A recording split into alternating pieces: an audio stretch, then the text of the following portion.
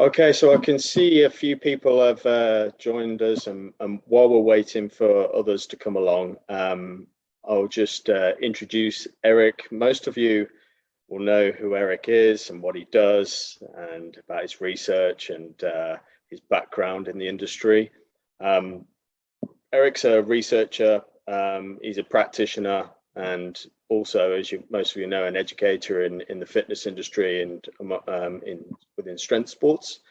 And the reason or how this came about was I've recently published the second edition of a book, an academic textbook called Advanced Personal Training. And when I was putting the second version together, I asked around and I basically targeted practitioners and academics whose work I've admired and read a lot over the years to see if they would contribute to the book. And I was honored that people like Eric agreed to contribute. Eric wrote the chapter on the fundamental principles of training. And we had a couple of back and forths. And one of the things I often get asked about is one of the principles of training, which Eric touches upon in the book, which is detraining. So that's going to be the main theme of the start of this Q&A. So Eric is happy to answer questions on that. And I've also received quite a few questions outside of that theme.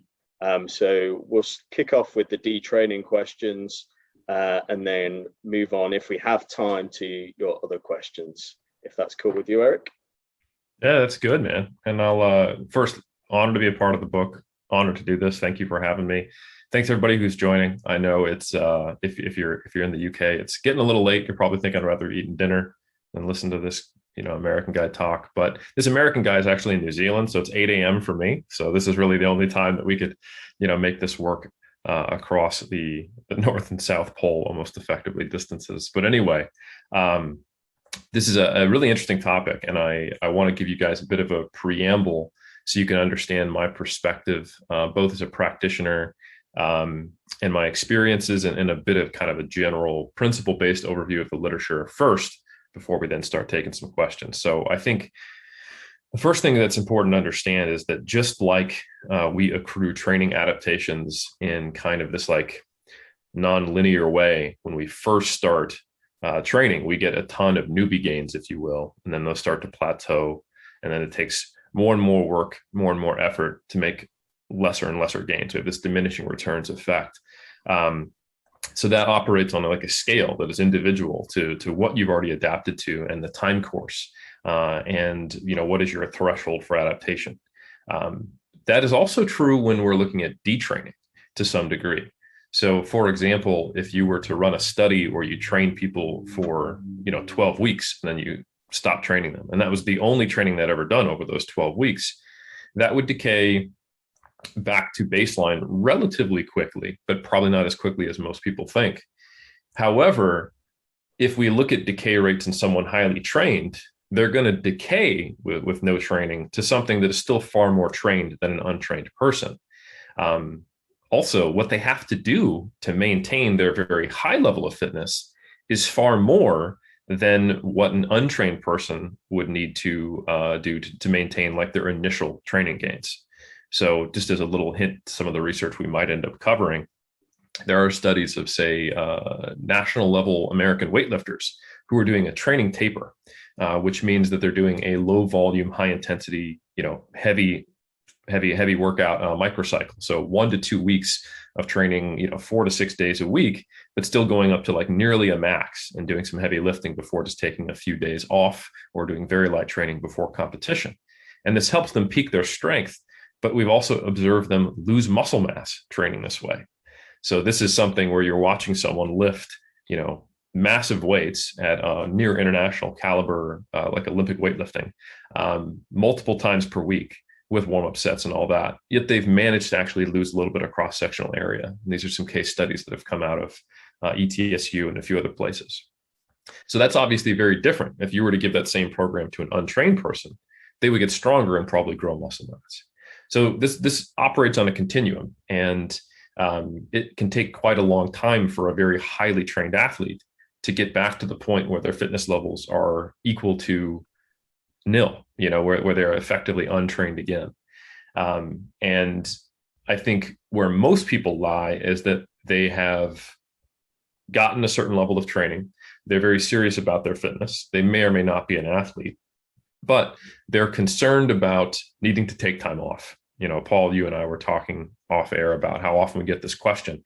It really comes down to people who are nervous about what's going to happen if I stop training. If I take a holiday, am I going to lose my gains? Is really what it comes down to, right? If I have this really tough work schedule or exams, or if I got hurt, or if I've got a baby on the way, something like that, and I can't train for X number of weeks or days sometimes. I'm always surprised by the periods of time that some people are concerned about. If I take an extra day off, am I going to wake up tomorrow with my hamstring has completely fallen off, and I think that is a topic that a lot of people probably would be more optimistic if they heard about the data that we have. And secondly, we also know that if you have gotten adaptations, that there is probably a faster time course to regaining those adaptations than if you were a completely untrained person trying to make those same adaptations. The mechanisms are something that are still a little elusive. We currently think that there is probably an abundance of satellite cells that are able to reactivate. And basically, we have what's called muscle memory. This has to do with myonuclear domain theory, the idea that we can actually keep the number of muscle fibers that we have and grow them larger more effectively. We have enhanced transcription and translation processes, and this has been shown in animals and then in a mixed way in humans. And we're not sure if it actually is the main mechanism, at least on the morphological side of it. And there's some research coming out of Europe that's looking at this. You might have heard that if someone has previously taken anabolic steroids, that they have a permanent quote unquote advantage because there are changes to the actual muscle fibers, which mean that they can therefore grow faster if they had stopped taking them and train again. This has never actually been shown in applied nature. We've never actually done that study, but there are some morphological changes that might indicate that at a very small level. We're not sure. But of course, there are also the motor learning things that change. The whole saying of it's like riding a bike. Like if you've learned to ride a bike and you do it again, you'll therefore be able to get on the bike and learn it quite quickly. You don't have to relearn that entire motor pattern. So you kind of skip over a lot of those neuromuscular adaptations that you probably had as a newbie and are able to expose yourself to sufficient loading to then regain those adaptations. There's probably a combination of factors that trained people can regain their adaptations quite quickly, that we would quote unquote call colloquially muscle memory, that have to do with actual adaptations that linger longer at the cellular level, as well as the neuromuscular adaptations, which are retained to some degree and decay a lot slower.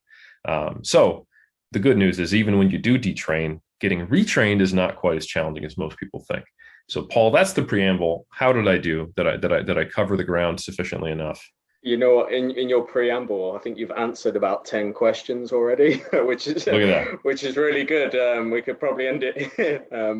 But no, that was really useful. As I say, you've covered some of the common questions that come in and ones that I've already received, which is great. I've had a few come in here, and so what I'm going to do, Sean, you said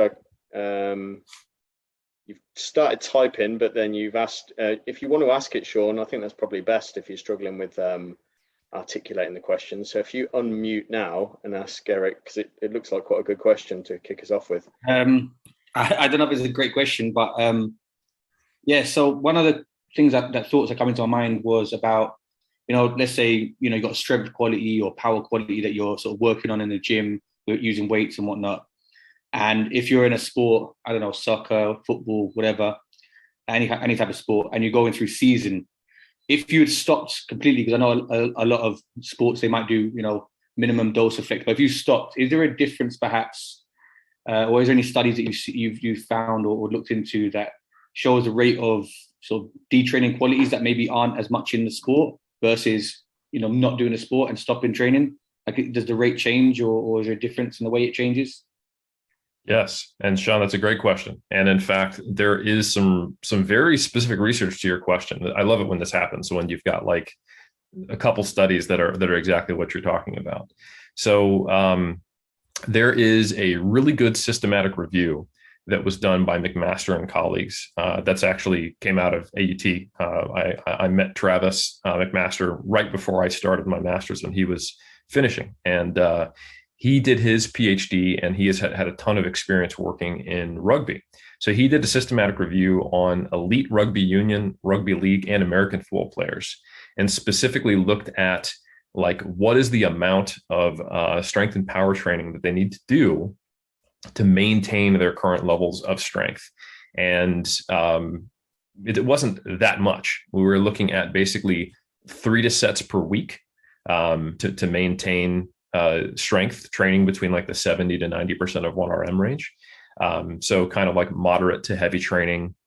You could probably get 3 to 6 sets on your prime movements in 1 to 2 sessions, right? And they found that if you don't train at all, the decay rates, you start to see no strength losses for up to 3 weeks of detraining. And the important caveat there is that because these are, strength and power athletes, even if they're not necessarily lifting weights, when they're playing their sport, they're still getting some pretty good stimulus of strength and power, at least. And I would think that the decay rates of, say, the more specific velocity power based stuff that have to do with like body weight or moving someone else's body would probably decay slower than, say, like their 1RM back squat. So that's encouraging. And that's all. So like that's a systematic review. So we've gotten, I think that probably has 20 odd studies. And if I had to pull it out of the top of my hat, I let me see, I got it right here. 27 studies is what that finding's based on. And then there's also a good paper that came out by Ronestadt and colleagues in 2011, specifically looking at professional soccer players or real football players, not American football players, right? And they found that simply training 1 day per week, doing a strength maintenance session, was sufficient for them to either completely maintain or have a very, very slow decay in their strength training. And that was enough to maintain their like pre-training phase during the in season. So if you were to, follow like a typical periodization pattern where you've got them training, say 2 to 4 days per week with weights, and then you got into the period where you're playing a lot of games and you're like, oh, we don't have the time nor the recuperative capacities to do that, and I don't want to risk injury. Just simply getting them in there once a week was enough to maintain power and strength adaptations for, I think, a 12-week period. So I think those are probably the best studies that you'd want to look at to gauge that. It's pretty cool. You could go a couple weeks for a player if they've got like a lower back injury or something, and you don't want to aggravate it, and they probably won't backslide. And then for all the healthy athletes, as long as they're getting in, say, 1 session a week, maybe 2 if they're not getting a lot of game time, then they're probably going to be sufficient to maintain those adaptations if they're playing the sport, which I think is a big caveat. Does that answer your question, Sean? Yeah, and more so. Thank you. Oh, you're very welcome. Thanks. Great question, Sean. What I'll do now, Eric, I'll just go to one of the questions that came in beforehand. And the reason I've picked this one is because the language is interesting, I think, and it kind of leads on to something I've often wondered. So let me just find this question. So it's from Chris Jones. He says he's 26. He does 3 to 4 strength training sessions per week and have been training for around 5 years. I'm going on holiday in the summer for 2 weeks, and I'm not sure I will have access to a gym. How much of my strength gains can I expect to lose? And the reason why this kind of resonated with me is because that last point there, and I wonder if this is something you could comment on, Eric, is he asked how much strength can he expect to lose. And one thing that's often, on my own personal experience, whenever you have like an absence from training, whether it's a few days, a few weeks, there's an expectation effect there, at least there is with me, that's going to have had some negative effect. So before you go on to Chris's question, I know it's really difficult to quantify and you can't, but how much of detraining do you think is a psychological expectation effect? Yeah, I don't know if I can quantify that expectation effect, but there are efforts and there are quantifications of other expectation effects that we probably don't think of them as expectation effects because we label them placebo or the lesser heard nocebo effect. But I think expectation and the placebo effect are one and the same. So the placebo research, just so real quick preamble before I start talking about the effects, people know what we're talking about. When you do like a drug trial or a supplement trial, which is probably more relevant to sports science, to know the actual effect of taking the supplement, you need to have a group that's taking an inert placebo, which is basically a pill or a powder that doesn't do anything. And then both groups need to be blinded to it because I mean, how many times have we heard anecdotes about people who swear by a given supplement and that it did something for them? And the reason being is they bought into the marketing, it motivated them. They felt like, oh, this is going to be the key to unlocking some growth, and they got great gains, but it might have been because of that motivation or the belief, the expectation. And placebo research is really crazy when you start looking into it, in that it is not a homogeneous effect. It scales to the amount of belief. So if you look at some of the research on placebo steroids, they make incredible gains in brief periods of time because they're like, oh shit, I'm going on the juice. I'm going to get huge, strong, jack. This is going to be amazing.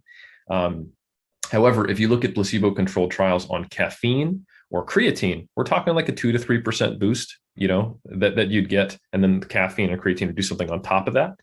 So I think absolutely the inverse of a placebo is a nocebo. And that is when you have a negative expectation of something, which can actually harm performance or harm an adaptation to some degree. So I think absolutely a negative expectation could affect things. And, if I'm to give you like, instead of just it's a magic explanation, let's say you come back after 2 weeks off, you're going to go into the gym expecting to be performing worse. So the loads you select, the amount of volume you do, et cetera, will probably be less. And that's not necessarily a bad thing, because if depending on how long that time period off was, you probably do want to have kind of a progressive return to where you were. But if it's a short time period off, you may not need much at all. And you might even be able to maintain those lows. So that's kind of my preamble, Paul, and that I do think expectation absolutely plays a role. And in my experience as an athlete who has been injured, and by athlete, I mean, powerlifter and bodybuilder, so take that lightly. That's not like a real athlete. That's someone who trains for sport, but then the sport is just the training or just looking the way that I want it to look, which, it's not like I'm a rugby player or anything like that. So, with that grain of salt, I have definitely had injuries where I've come back and I've gotten back to previous levels or even personal bests far quicker than I expected. As a personal trainer, and Paul, you've probably seen this, I've had clients take, a week off from training and come back and then hit PRs. It was almost like it was a taper for them. So I think that's those are really interesting observations. And there's also probably a skill component as well. When I got into Olympic weightlifting and I watched some Olympic weightlifters, they could come back and be right back to squatting the same numbers, but they would take a little longer for like the snatch or clean and jerk to be back to where it was. I don't know if that's like some fine-tuned motor pattern. That's nothing I have data to support. That's just an interesting observation I had when I was training in an Olympic weightlifting gym with some pretty high level athletes. So anyway, to answer your question, 2 weeks on vacation. This is another awesome time when we've got a pretty good study to kind of answer your question. So there's one by Huang and colleagues, is probably the pronunciation of the last name, from 2017. The title is Resistance Training Induced Elevations in Muscular Strength in Trained Men are Maintained After 2 weeks of Detraining and Not Differentially Affected by Whey Protein Supplementation. Forget the whey protein supplementation part, but the title says it all. Resistance Training Induced Elevations in Muscular Strength in Trained Men are Maintained After 2 weeks of detraining. So what they took was 20 trained guys. And when they say trained men in the literature, they're not super well trained, but I think some of them would be representative of someone who's been lifting for 5 years. Most of the time they have like a 1 or 2 year requirement of having regularly weight trained, but that's the minimum. So some of them have trained longer than that. And they had them train for, I think they were just doing like a 4-day upper lower split. They had them train for, say, I think 8 weeks. They took 2 weeks off and then they did 8 weeks again. And they tested their, I think, leg press 1RM, and they looked at their rectus femoris, so one of the heads of their quadricep, cross-sectional area, as well as with ultrasonography, so ultrasound, and they looked at DEXA, so lean body mass changes. And they didn't see any significant reduction in lean body mass, cross-sectional area, or leg press strength. So I think that that's pretty cool. 2 weeks appears to be not long enough on average to result in detraining effects for kind of your stock standard trained men. And again, these are non-significant effects, meaning that there were probably some individuals who did see slight degradations in either in one of those three variables, lean body mass, cross-sectional area, or strength. There was probably a couple people who gained a little bit. Maybe they were training a little too hard for them in the preceding period. And there were probably some people who really did see basically no negligible changes. But on average, that group didn't detrain in 2 weeks. So I'm not saying you won't detrain, but I am confident in saying that a 2-week holiday off of training will probably have minimal effects on detraining. And after a week of getting back into the gym, you will probably be at where you were, if not starting to slowly push forward and make progress. Cool. It's always good when there's a study which is perfectly tailored to answer the question, like that one, the 2-week time frame and everything. I guess that's where it's difficult really to separate sometimes the physiological effects of detraining from the psychological, that if you go into the gym with the mindset, and that's why I said that language of the question was interesting, is that how much strength can you expect to lose? Then you've already kind of started kind of going in with the mindset that there's going to have been some loss there. And of course, that's one of the things with studies that's really difficult with detraining studies, is that you can't blind the group that's detraining, because hey, they know they're not doing as much training as they were before. Exactly. But that said, even without that blinding, what we've seen there is no sort of effects on strength. And as you mentioned at the start of the answer, you can even get some rebound effects whereby, I don't know, the period off has maybe allowed some fatigue to dissipate, remove, and you come back and you're starting in a kind of a fresher state, so you can express your fitness better. The funny thing, Paul, you mentioned the expectation that you can't control for in the study. So that study I mentioned, forget the latter half of the title. What Huang was actually comparing in the two groups was one group got a whey protein supplement during the detraining period, and one group got a carbohydrate placebo supplement. So I do wonder if the detraining effects were mitigated, the effects of negative perception in that study, because they were thinking, oh, the researchers have given me a supplement, which is going to help me maintain my performance. Now, the cool thing was that they found out that it didn't make a difference. So there were probably some questions out there related to, hey, if I eat a high protein diet, or if if my nutrition's on point, but I can't train, will that help? And I'd say the unfortunate answer is that nutrient doesn't get partitioned to muscle to enhance strength or enhance muscle size or help you retain it, unless you're doing something to stimulate it. So the way I like to phrase it is that resistance training is permissive to a high protein intake. So you're not going to gain lean body mass from a high protein diet unless you were on like a really low protein diet before, and you're just kind of walking around with like low bone mineral density and stuff like that. But if you're consuming a high protein diet and you stick with it, but you stop training, you're not going to maintain any more strength or size than you would have if you'd had, gone on a moderate protein diet, unfortunately, which that study would support. But I do think giving them whey protein probably made them think that, oh, I've got a shot at maintaining things, and maybe they didn't have a negative expectation. Yeah, I guess so. Yeah, that's interesting. And what you said there, without going off on a tangent too much about protein, but I recently did a post on Instagram about protein recommendations from Alan Aragon's chapter, and it was really interesting the kind of minutia that was gone into in the comments about, is it 1.6 or 1.8 or 2 grams? But as you said there, it's kind of an academic argument if you're not providing the stimulus to the muscle, which is resistance training. I think although it's kind of interesting to go into that level of depth, sometimes you kind of just got to focus on the basics of actually the initial stimulus from a resistance training. And it's one of the things Stu Phillips, for those of you who don't know, is like an expert in protein and muscle metabolism, always says, if you're not stimulating the muscle, and as you say, and your protein intake is kind of within the normal range, then it's largely inconsequential how much protein you're taking in the diet. But anyway, that's for another time.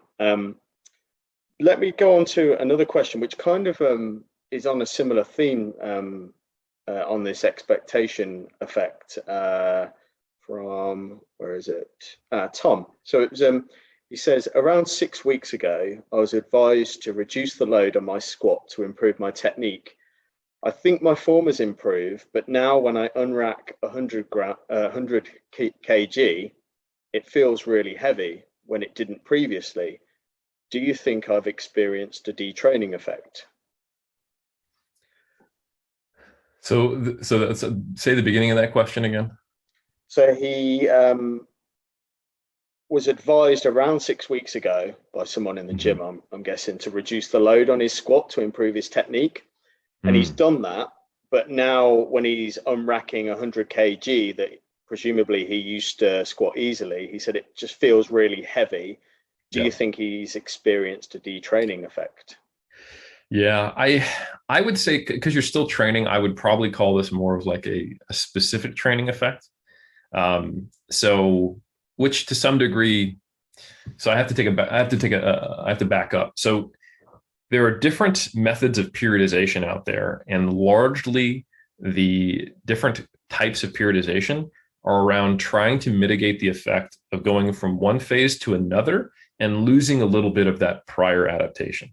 So you might have heard of, say, daily undulating periodization or weekly undulating periodization or block periodization. Those all became prominent forms of periodization after the quote unquote linear, or sometimes called Western periodization, which typically has phases of training that have a very narrow rep range for like 4 to 6 weeks at a time. So you might be training with 8 to 12 reps, and then you go down to 4 to 6 for like a month and a half in each case or something like that. One thing that can be observed is that if you have stayed in a specific rep zone for a long period of time, you get worse at other rep zones. And case in point, like if you've been doing light load training to work on technique, you may also not be going close to failure. And if you've been staying quite shy of failure and going light just to work on technique, then you might have lost a little bit of strength, because you're also not, with a high rep set that is close to failure, you're eventually getting to those high threshold motor units, and you are training the skill of grinding, not because it's so heavy, but because your muscles are fatigued and you have to push through that fatigue to complete the reps. You're going to see that velocity slow down. And we do know that light load training close to failure does enhance strength, not as well as just, training heavy, but it just compared to baseline, if you will. So it is possible that you have experienced a detraining effect. And while I think it is important to work on your movement quality and to reduce the load if that is what is hampering your movement quality, it's also important to remember that it is a very different motor pattern to squat, say, 80 or 90% of your 1RM than it is to squat, say, 50, 60, or 40% of your 1RM. And this is why I'm not a huge fan of just every time technique breaks down at all, just lowering the load right back down, because you're going to see the technique break down at high loads anyway, because there's different muscular requirements. If you think about a squat, it is basically a full body movement, and you're going to have weak links in that chain. So for example, if your spinal erectors are not strong enough to maintain the back position and the forward lean that you're trying to maintain during the squat with, say, 80% of 1RM, but they are on 60%, and you went from doing 5 reps at 80% that are reasonably hard, you could probably do 8 reps or so with that, to 5 reps at 60%, you might be able to quote unquote improve your technique, but it's probably not enough to actually challenge your erectors to make you better at heavy squatting. So there are some ways to work around this that are better, in my opinion, than just completely dropping the load right down. And that might be something like having some reasonably heavy top singles. So instead of, not squatting, let's say you can squat 120 kilos. So 100 kilos is, a decent working set for you.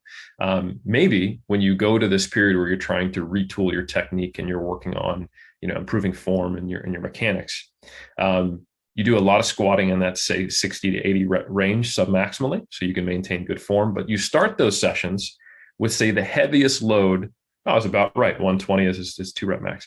So you start that session with the heaviest load that you can for 1 rep, maintaining good form. And that way you get that exposure to the heaviest load you can without actually, practicing a technique you don't want. And then you can do some back off technique work. So let's say, like you said, 120 is your 2 RM. You haven't been squatting even 100 kilos this whole training period because you were told, back it right down. Let's work on technique. Ask yourself, could I do 100 kilos for 1 with good technique? And if you can, that is, believe it or not, probably enough exposure to maintain your high end strength, and then do back offsets in, say, the 60 to 80 kilo range for as many reps as you can without losing your position. And just remember that motor patterns are enhanced through messing up to some degree. I think sometimes we get in this mentality of, practice doesn't make perfect. Practice makes permanent. So I never want to perform a bad rep. But the way that motor learning actually works and that humans learn things is by making an error, but being able to identify it and go, oh, I did this wrong. So next time I can change it. That old adage of we learn more through failure than success, right? Has elements of truth for motor learning. The issue, though, is that a lot of people make motor errors, but don't know that they made a motor error. And believe it or not, you actually need to become more aware of your errors rather than avoiding all errors to get better at it. There's a technique called, it's like MAP or something like that. I can't remember, but there's a study in weightlifting that came out, method of amplifying errors, MAE, that's what it is. Basically what they had, and this is wild when you heard about it, they had these 2 different coaching techniques they compared in the literature. Okay. One was the coaches would watch an Olympic weightlifter and they would point out the errors they made and say, fix it. And then they would look at the kinematics, their movement quality from pre to post. The other group was told to exaggerate the errors they made by the coaches. And the theory here is that, okay, they're making an error. If they knew it was an error, they wouldn't make it, right? So it's not a big enough error, quote unquote, for them to actually be aware of it. So for example, let's say that on the clean, they're letting the bar loop too much in front of them. The coach would go, all right, I want you to really try to let that bar loop out. I want you to make like a big C curve in front of you. And then obviously the lifter is going to like move forward, drop the bar and lose their balance. They go, oh, that's a problem. So now they know that I shouldn't have a C loop and they try to correct it. And they actually found that the method of amplifying errors, and just so you don't kill any athletes, you use this with light weights. You don't get them to do a max clean with bad form, just to like, so again, we're using like warm up weights or amplifying errors that wouldn't kill the person, of course. So anyway, the methods of amplifying errors improve technique more than just simply telling them don't do that, which of course is annoying as well for the athlete, because you told them you're doing a bad thing. Sorry, go ahead. That in perspective, right? So let me get this, see if I've understood this correctly. Instead of taking the traditional kind of coaching approach of pointing out an error and seeing if the athlete can self-correct and then providing cues, the coach says, actually make this error.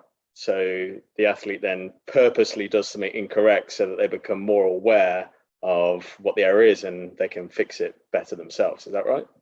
Exactly. And it's a method of feedback. So you're not actually trying to trick them. You're not trying to tell them like, oh, I'm going to tell them to do the wrong thing. It's going to magically work. They can be involved in understanding what you're doing. So for example, if you've got an athlete, I'll use a non-Olympic weightlifting drill just so you can be more applicable. Like if someone is squatting and their knees are coming together and you want them to keep their legs straight, you could put a band around their knees that's pulling it together. Then they can feel really, oh, my knees are really going together. I should push out against them. Or you can, coach them, drive your knees together when you come out of the hole, and they'll do it more than even just the normal error. And they would presumably be able to feel that they have lost some strength and they don't feel stable. So the idea is that you're trying to broaden their radar for picking up their own errors by doing this. Sure. Yeah, just to be clear for people that are maybe less experienced trainers or lifters themselves, I'll be right in thinking you kind of got to know what the right technique is first before you start amplifying errors. And because if you don't have a baseline level of technique, right, you don't know it's an error, right? Because you've got no sort of benchmark to set it against. 100%. And I will also say that there are a lot of kind of false idols that we pray to in the land of technique. Like, oh, any and all lumbar rounding at the bottom of a squat is drastically increasing your chance of injury. Is it? We actually don't have any evidence for that. So for some people, that's a very natural motor pattern, So I think when you are thinking about performance, it should not come from a position of just kind of tradition, but rather what is biomechanically likely to enhance my performance. Like obviously the bar looping out on a clean, that's not a straight line. That's a really inefficient way to move, a barbell through space to try to lift the heaviest load as possible. So I think I'm echoing what you're saying, Paul, is that you really need to know what you're doing, because sometimes people will naturally organize their technique based on their biomechanics, and it might be right for them. How often do you hear people saying, oh, you're good morning, your squat, you shouldn't be leaned over that much. And if the person's like, look, I've got a really short torso and long femurs and inflexible ankles, this is the only squat I'm going to be able to do. That's not something you should try to coach out of them. That's just the way they're going to squat. You could get them, like a heeled shoe or something like that to reduce it. But to some degree, you don't want to be trying to correct things that are incorrectable, or just would take a ton of effort to actually be worse performance for some people. So I 100% agree. And the other aspect you mentioned there right at the start, one of the problems that I see, if you go straight to kind of, okay, that form looked a bit dodgy there, let's strip back the weight, is often in weightlifting, and particularly Olympic weightlifting, the weight becomes corrective, because you just can't do, say, like a heavy clean with really sloppy form as the load gets heavier, because you kind of, and the same applies for the other lifts which appear kind of less technical, like the squat, bench press, but as you start loading up, then it becomes more difficult to get away with the technique. And if the technique does deteriorate, usually the lifter kind of knows what's gone wrong there, and because the weights become corrective of that. So yeah, you can't catch your max snatch high, or it's not your max snatch. You have to be in the hole, right? Because you only lifted so high, right? So I think that is a really good point, and that some lifts are literally different lifts with different loads. I was kind of hinting at that with squats, but yeah, the weightlifting movements especially, you need to pull yourself and drop lower and faster the heavier the load gets. So they're truly different movements if you were to look at them with like a 3D analysis. I think going back to sort of the detraining, I think this is a big element as well, with questions like the one I just mentioned previously there, on that idea that I'm going in and I find it harder, is that often people don't really associate exercises, gym-based exercises, with having a large skill component. But particularly as you start moving towards more what we know more technical exercises, and things like single leg exercises, which has a balance element, proprioception, there's a skill element there, right? And if you've not been doing it for a while, then it's not necessarily that you've lost strength per se, but you've lost the ability to coordinate muscles and at the right time, and there could be a balance effect. And that's probably why, I don't know, I'm sure there's some studies that have looked at this, and going back into the gym, you probably reproduce the loads that you're using before, like on machines, quite easily. But it's the exercises which have a greater complexity to them, like squats, deadlift, etc., that where seems to be more of a detraining effect. There is actually a study that demonstrates that, not specifically with the detraining design. I'm forgetting the lead author, but it was a 12-week study. And you'd be surprised, because I don't think either one of these exercises are complex, but one requires more intramuscular coordination because it's a compound movement. The other one doesn't. They had untrained women for 12 weeks do bicep curls and leg press. And they looked at changes in cross-sectional area as well as 1RM strength gains in both. And they looked at pre, mid, so 6 weeks, and post. And at the midway point, bicep curl strength and cross-sectional area of the biceps had gone up, while only 1RM on the leg press had gone up, but not cross-sectional area of the quadriceps. And then you didn't actually see the cross-sectional area in the quadriceps go up till week 12. The hypothesis being, as to explaining the results, that yes, they were learning to leg press better, but they weren't actually able to expose themselves to enough load and stimulus to actually produce cross-sectional area changes, because the first period is just them learning how to leg press, which I think is pretty wild, because I don't think of the leg press as a complex movement, but I'm comparing it to something like, like a squat, which requires balance, but it is, combined, knee and hip extension, and trying to figure out where do I put my feet, how hard can I push, how deep do I go. So it is definitely harder than curling, I think. So, yeah. That's interesting. If you could maybe send me a link to some of these studies, and then I can share them with the attendees afterwards. And I think that'd be really Absolutely. cool to have a resource. That'd be useful. Okay. Another question's come in here. Hello, sir. I want to know your deadlift max and how. And would like to know some programming tips to get stronger deadlift. I think that one's probably a bit outside of the scope of this, but it's 260. Okay. And just to brag on my deadlift, but no, that's I mean, the that is a bit outside, because so here, but that brings up a good point. So programming is something that needs to be relatively individualized to the specific needs, time availability, goals of the individual, equipment access, etc. So there's almost never a situation where someone can post a short question. I get asked sometimes, like I'll get these Instagram questions. I love these, Paul. 5'8", 200 pounds, 32 years old, best program. And I'm like, do you think that's all it takes? So, like when we take an athlete on at 3D Muscle Journey, we work with strength and physique athletes, or non-competitors, but who are interested in those goals. We have a multi-page intake form, and then we do a 1-hour Skype with them to ask all those specific questions about what they have access to, prior history as far as injuries, goals, etc. And then the program starts as customizable as it can based on information. But 6 months later, it has changed drastically based upon their response. So the main reason I can't give someone a great program just right off the bat is because I need to see how they respond to it. The closest thing to that, and these are available online for free, you can find my muscle and strength pyramid programs. The novice and intermediate programs are available for free on my co-author Andy Morgan's website, ripbody.com.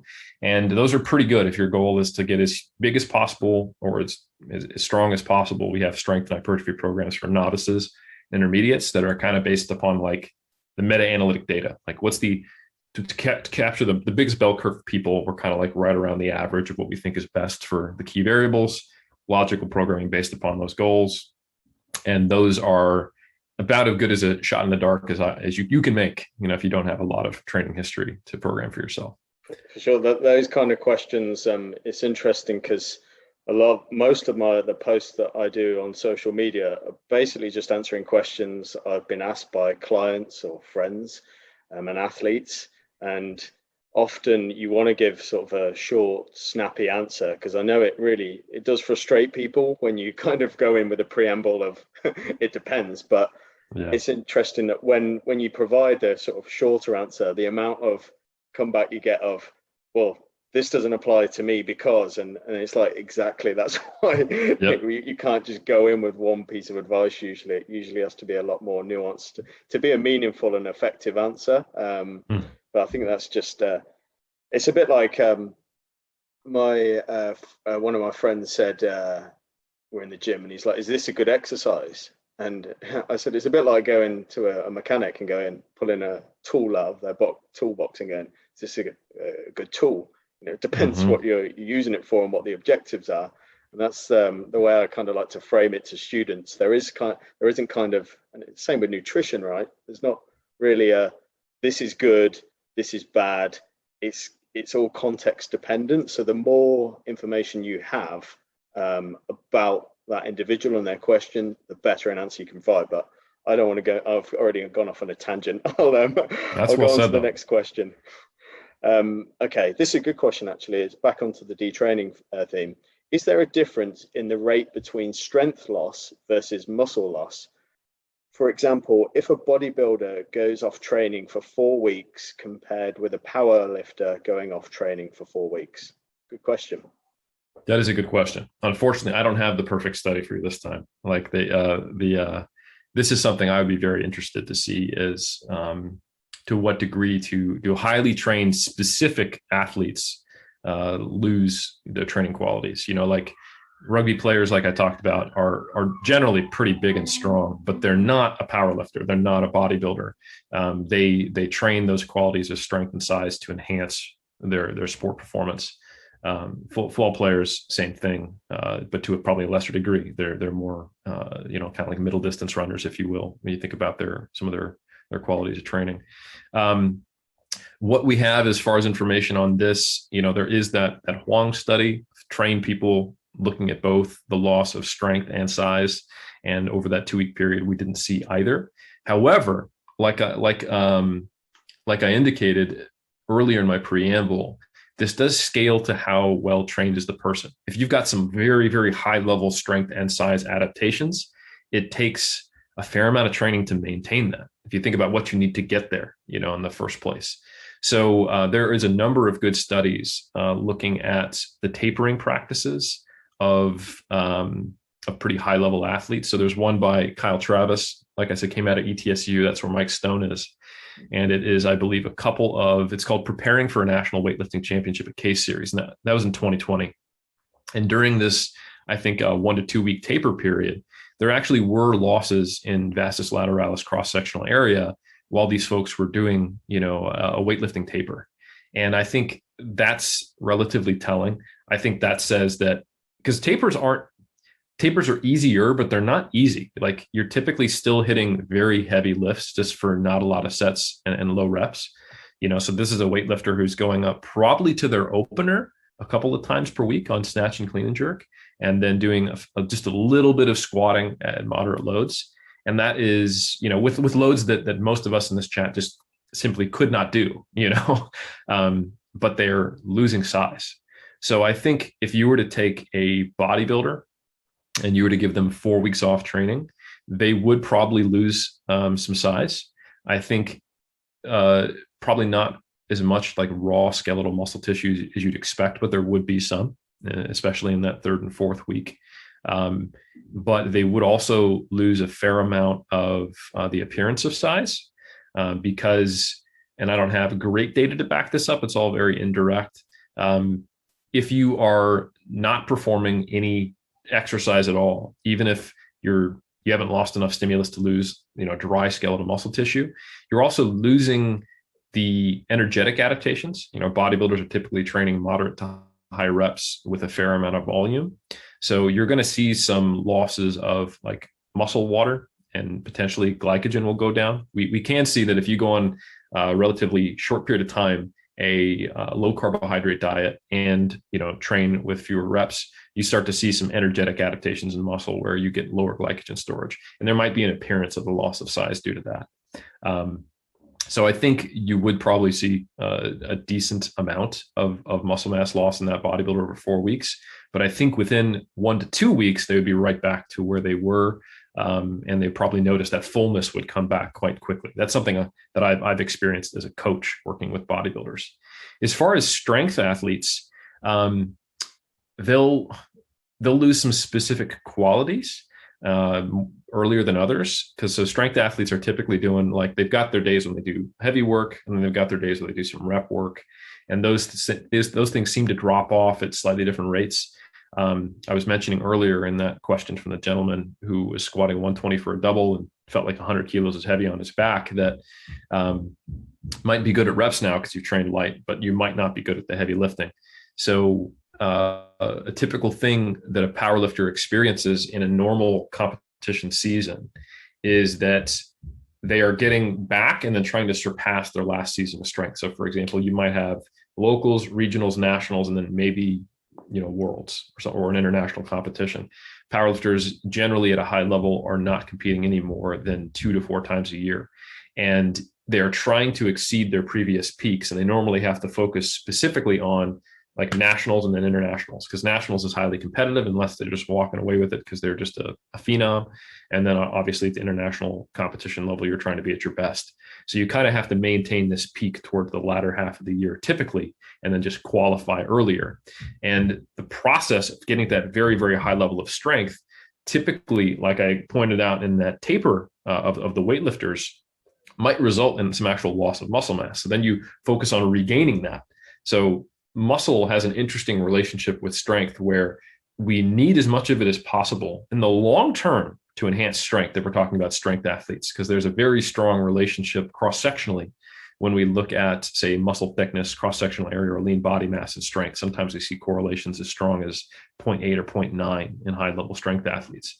So this indicates to us that, okay, I need to have a lot of muscle mass. However, what I need to do to gain a lot of muscle mass at a high level, if I want to have like bodybuilder levels of muscle mass, that's a lot of volume, and it's a lot of training in moderate rep ranges to do it efficiently. And it's quite challenging to do that with always doing the competition form specific lifts, like multiple sets of 3 or something like that. So you have to train less specifically to get as big as you need to be. And then you have to train specifically to capitalize on that tissue changes to be as strong as possible. And part of that process means that you might decay that size just a little bit, as we've observed, while you're focusing on the specific strength qualities. The net result is still a peak in strength. I think if you think about strength as you've got, like motor coordination, you've got morphological adaptations, and then you have, other neuromuscular adaptations. There's actually like 5, 6, 7 things I could put, it's like pillars that are all pushing your strength up. If one of them goes down a little bit, the overall height of your strength can still increase. So we've got multiple observations, I think 4 studies I'm aware of, where you take high trained strength athletes and put them on a tapering program or a highly specific program like daily 1RM training. And we actually see slight reductions in cross-sectional area or muscle thickness while strength goes up. So they can be related. So going back to your question, if a powerlifter detrained for 4 weeks, didn't train at all, I think their top end strength would probably drop the most, because that really high 1RM specific training is, in my experience, is probably the hardest thing to keep. And it fluctuates even while you're still training heavy, but just not as heavy as frequently as much as you should, quote unquote, or would near, say, an international competition. So for example, in my last powerlifting season, I squatted 227, deadlifted 260, and benched 155 at my peak. But it wasn't like I wasn't training to do that earlier. I was. It takes takes a time to recover that strength from my previous season, and then I need some recovery after that. Like, I can't keep training that way permanently. Just heavy singles over 200 kilos 3 to 4 days a week. Like that's very challenging. So nonetheless, it is this process of kind of seeing it peak and valley. And so long as your peaks are higher than the last peak and the valleys aren't as low, and you don't have to recover as much strength as last season from doing kind of your recovery off-season training, if you will, then you're doing it right. But that does mean, in my experience, and I don't have data to back this up, that powerlifters, they can take some time off.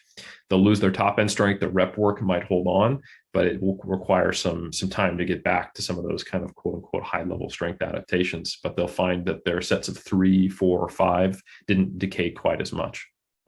So it's a really great answer, Eric. Really in depth there. And one thing that's sticks out to me there is the importance of programming as you become more trained. And it kind of crosses over into one of the questions I've got down here, which is there any need to change your exercises if you're training for hypertrophy? And your previous answer there kind of touches upon the importance of programming and how you kind of need more detail to be able to answer a question like that. And the biggest factor clearly is kind of what level of hypertrophy. Is you competing as a bodybuilder? You're starting out. It's really difficult to answer that, but the way you answer that shows how the intricacies of programming, where seemingly to someone just kind of observing in the gym, you'd think, well, it's weight, right? So it's going to make you stronger and it's going to make you bigger. But as you get stronger and bigger, there's kind of a trade-off there to keep both, particularly as you get towards the more advanced elite level. So what made you bigger in terms of hypertrophy, that type of training is not necessarily going to be optimal for making you stronger, and vice versa. And that's where kind of training program design and really honing in on that individual's goal becomes important, right? Well said. Yeah, I agree with all that, 100%. Next question. If I replaced a seated leg curl for RDLs, Romanian deadlifts, for a few months, should I expect, is that word again, a detraining effect of the biceps femoris to the same degree as stopping hamstring training completely? So the straight up answer is no. You would not expect to see the detraining effect to the same degree. Non-specific training is still some training, that's probably why you see slower decay rates so for example, the soccer players only training once a week with a maintenance session of like a couple sets, or the systematic review I mentioned by McMaster of, being able to go multiple weeks, 3 weeks without seeing a detraining effect because they're still playing their sport.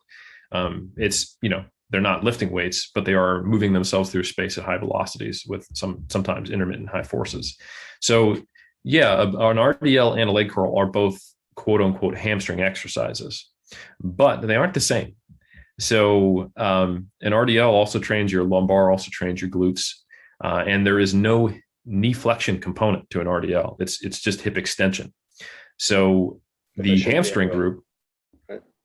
Ideally, right, if you're doing it right. So the hamstring group are hip extensors and knee flexors, but not all of the muscle groups function that way. So the short head of the biceps femoris is only a knee flexor.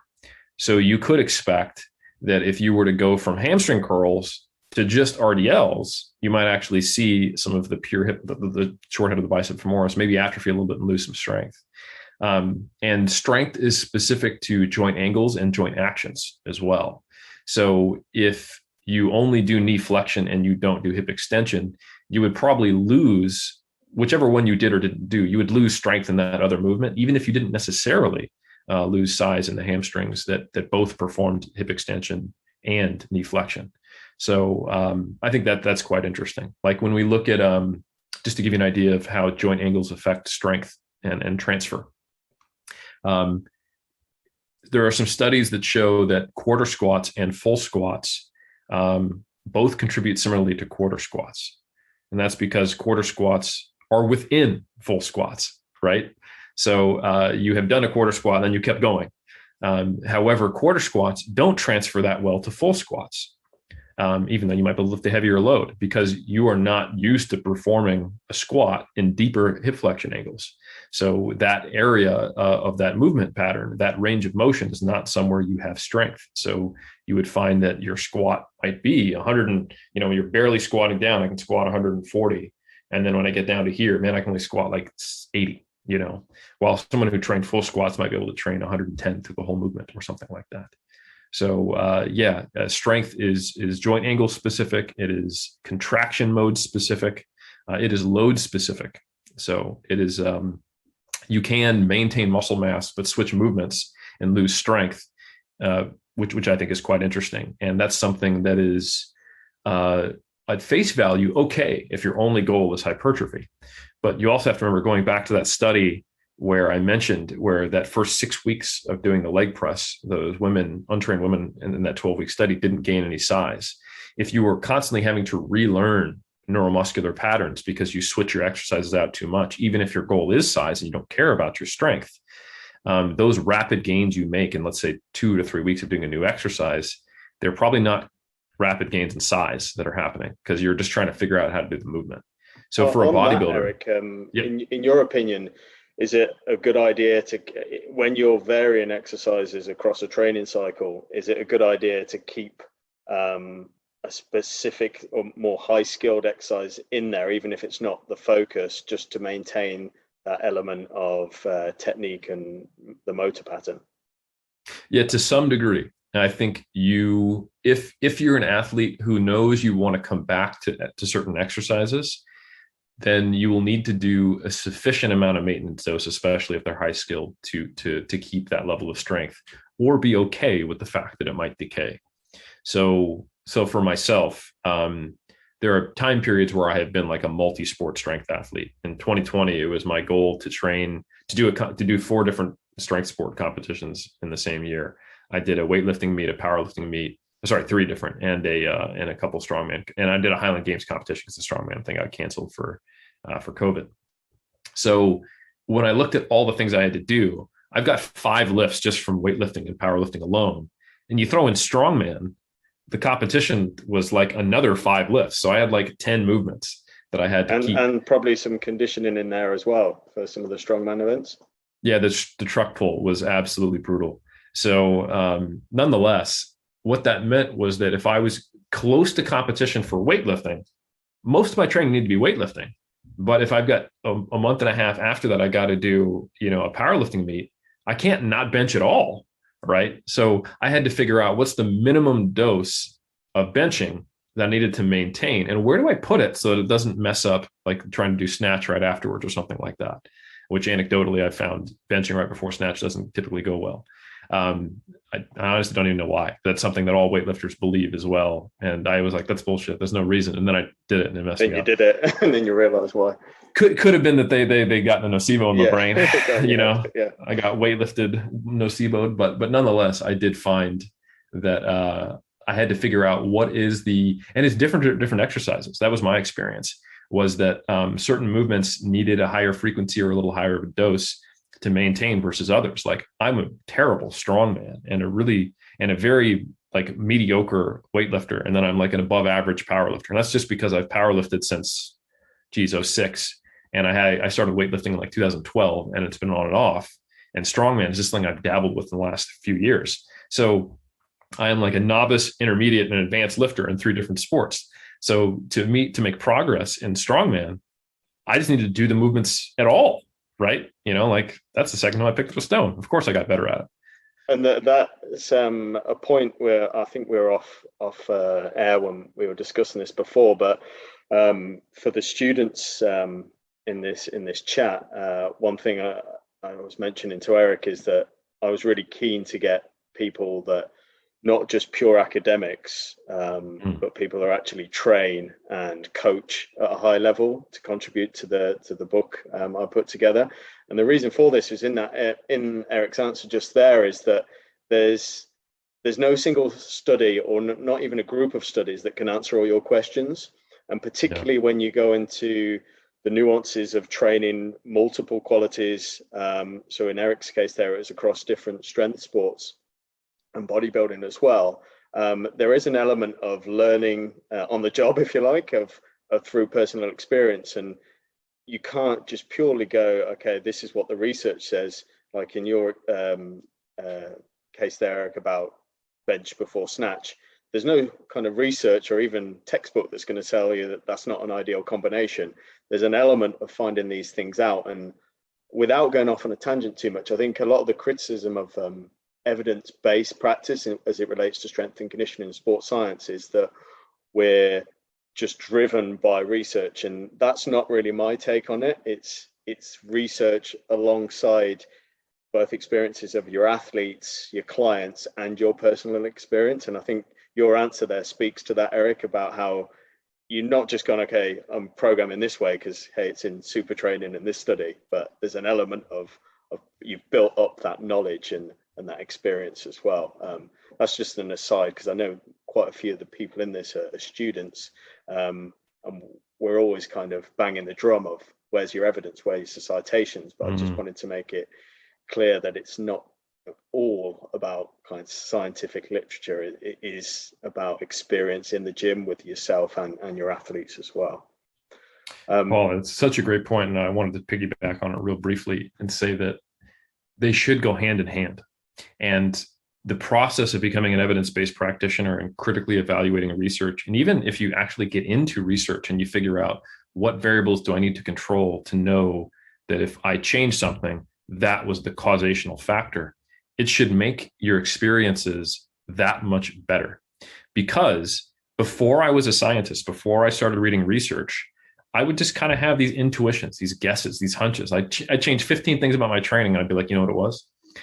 It was the turkesterone I took, or you know what it was? It was the lateral raises behind the back, not the front. But I might as well have been like this because I changed toothpaste. Like everything changed. I had no control. I didn't know what did what. I didn't have a principle-based understanding of the things I was even manipulating to know what I might expect to see.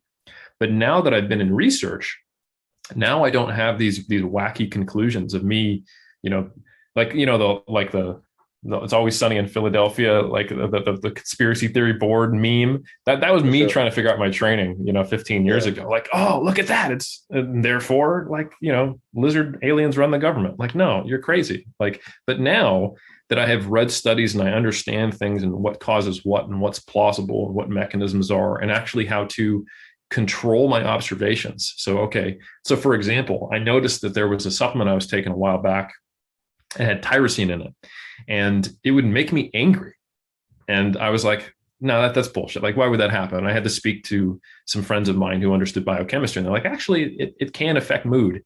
And I was like, well, maybe I'm just mad. Like, how do I know it has to do with the tyrosine? So I found a version of the supplement that didn't have it. So it's just like your standard creatine, caffeine, beta alanine supplement that also had tyrosine in it.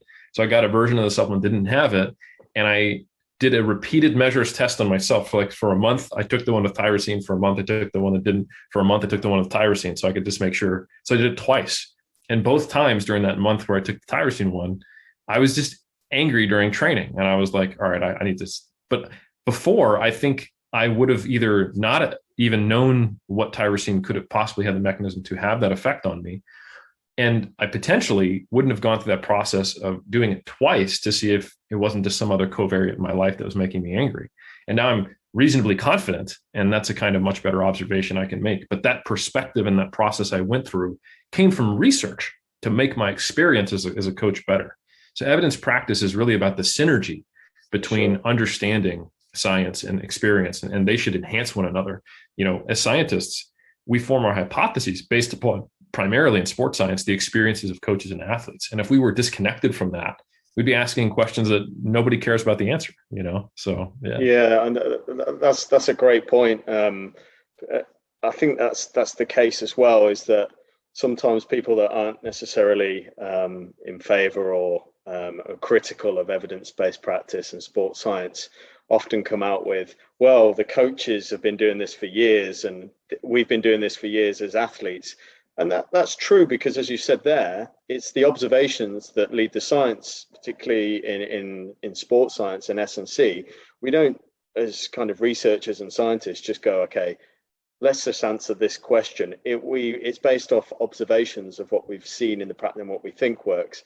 But the argument I used to come back with coaches is, yes, you've been doing this for years, but also through research, what now have you dropped from your practice? Because we know it's not effective or doesn't work. So it does work both ways. I think sometimes there's a perception that we just kind of validate what coaches do, but also some of the research is useful for discounting practices and refining them and making them better as well. Eric, I'm conscious of your time. We've gone well over an hour at the moment. So are you okay to answer just one more question quickly, if that's cool? Absolutely. Oh, that's awesome. Okay, so this will be the final question. Thanks everyone for contributing to the chat. So does the rate or magnitude of detraining differ between exercises like upper body versus lower body? That's a good question. And I have seen mixed data on this. So some data would suggest no. Principle-based answer would be, it depends upon your quote unquote training age for those different body parts. So it's maybe not a body part effect, but let's be honest. If you can bench as much as you can squat, and I know there's some people in here who can, you're actually a better bencher than you are a squatter, right? You are a novice squatter and you're an intermediate bencher. So you're going to see different decay rates like we talked about earlier between the two. But a third answer is that sometimes when I look at the studies where they have shown different rates of, I'm not sure I've seen detraining, but definitely different rates of hypertrophy. And I think I have seen one study that showed different rates of detraining in the lower body versus the upper body. I wonder if it's because we walk, so, and especially if you're an athlete, you spend a fair amount of time, on your feet. So you're not necessarily producing high forces with your upper body to the same regularity that you would with your lower body. So maybe lower body strength would decay. Like if you think about it, like let's say you're a soccer player, right? A football player. You're running around. Be my theory as well, for sure, because Yeah.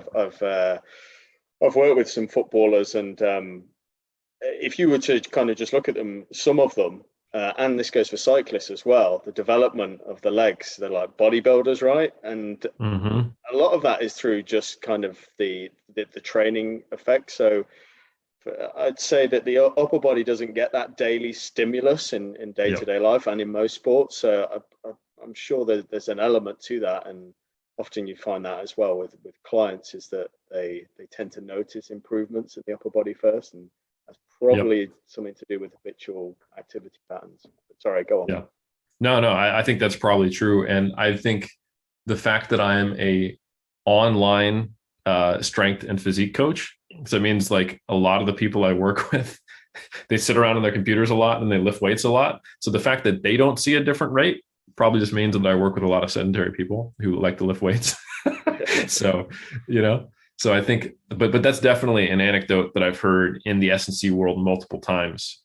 Just for all the people listening, like I don't work with team sport athletes. I have a really relatively unique little corner of S&C that I work in as a like a powerlifting, weightlifting, and bodybuilding coach. But yeah, I think it is very much dependent upon what is your baseline stimulus for a given muscle group. And most of the time, we don't find ourselves, pushing heavy things or pulling heavy things with our body to the same volume or intensity that we do with we're running or jumping or playing sport or do you think that, anecdotally, that's why the calves tend to be one muscle group that people find really difficult to build, or say they find difficult to build, is just because we're habitually loading them? When you think about, we're doing a series of mini calf raises every day. You think there's something in that? Well, yeah, here's another way to think about detraining too. You can make a untrained person detrain, but they have to either become an astronaut or go on bed rest, right? So I do think that's probably something to do with it. And also, this is a perhaps slightly controversial observation that I noticed, but people with obesity typically have pretty jacked calves, and I've seen them also lose weight, and they keep some of it, but not all of it. I don't know if that's maybe intramuscular fat, but I have friends who have lost a lot of weight, 40, 50 kilos, and they can't get to the same calf size they had before they started lifting now with calf raises. So I think there's just that constant volume of calf raises, right? And constant loading, the rates of muscle loss when people leave a gravity well, like in astronauts, is huge. And like they've got stuff like flywheels that they try to use, where it provides constant inertial resistance, and that's still sometimes not enough for people to maintain muscle mass because they're constantly not exposed to gravity. So if we were to ever meet an alien species that lived on a planet with 1.3 times the gravity of Earth, they would probably all, if they were, primate evolved or whatever, they would probably all look like pretty jacked humans, or maybe be a little more squat and wide. That's one of the points I used to make to, I work with quite a few cyclists who were not necessarily that keen of getting in the gym, but their sport, of course, is unloaded, right? And there's no eccentric action there, and they were like, well, I just need to get on the bike. But I'm like, well, that's not enough to stimulate the muscle, particularly as you get more high level, you spend more time on the bike. And it's interesting that often they would notice the improvements in terms of like upper body. They would really kind of, although it wouldn't be kind of deemed significant from like people that are training in the gym a lot, but you kind of notice them with just a couple of training sessions a week, how the development of the upper and lower body, which is kind of what scares them in the first place of getting in the gym. But it's just again an interesting observation about sort of habitual load and how just even a little bit of training can stimulate those adaptations. Absolutely. Yeah, it's all relative to where you're at. For sure. Eric, thanks so much for your time. There's quite a few thanks come up on the chat to you. I won't read them all out, but just to know that it's been really well appreciated. There's quite a few students on this call from both undergraduate and master's programs. And as I said at the start, I think this type of Q&A format with experts like yourself who are in the trenches practicing what they preach and coaching is massively useful. I've certainly found it useful, and I'm sure all the students on the line have found it useful. So just wanted to say a big thanks for doing this. It's a pleasure and an honor. Thank you, everyone, for asking good questions and being curious. And thanks for having me, Paul.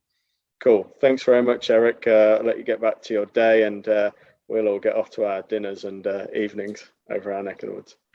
Enjoy dinner, and I will enjoy breakfast. All right, y'all. Take care. Nice one. Cheers, Eric. Bye. Bye, everyone.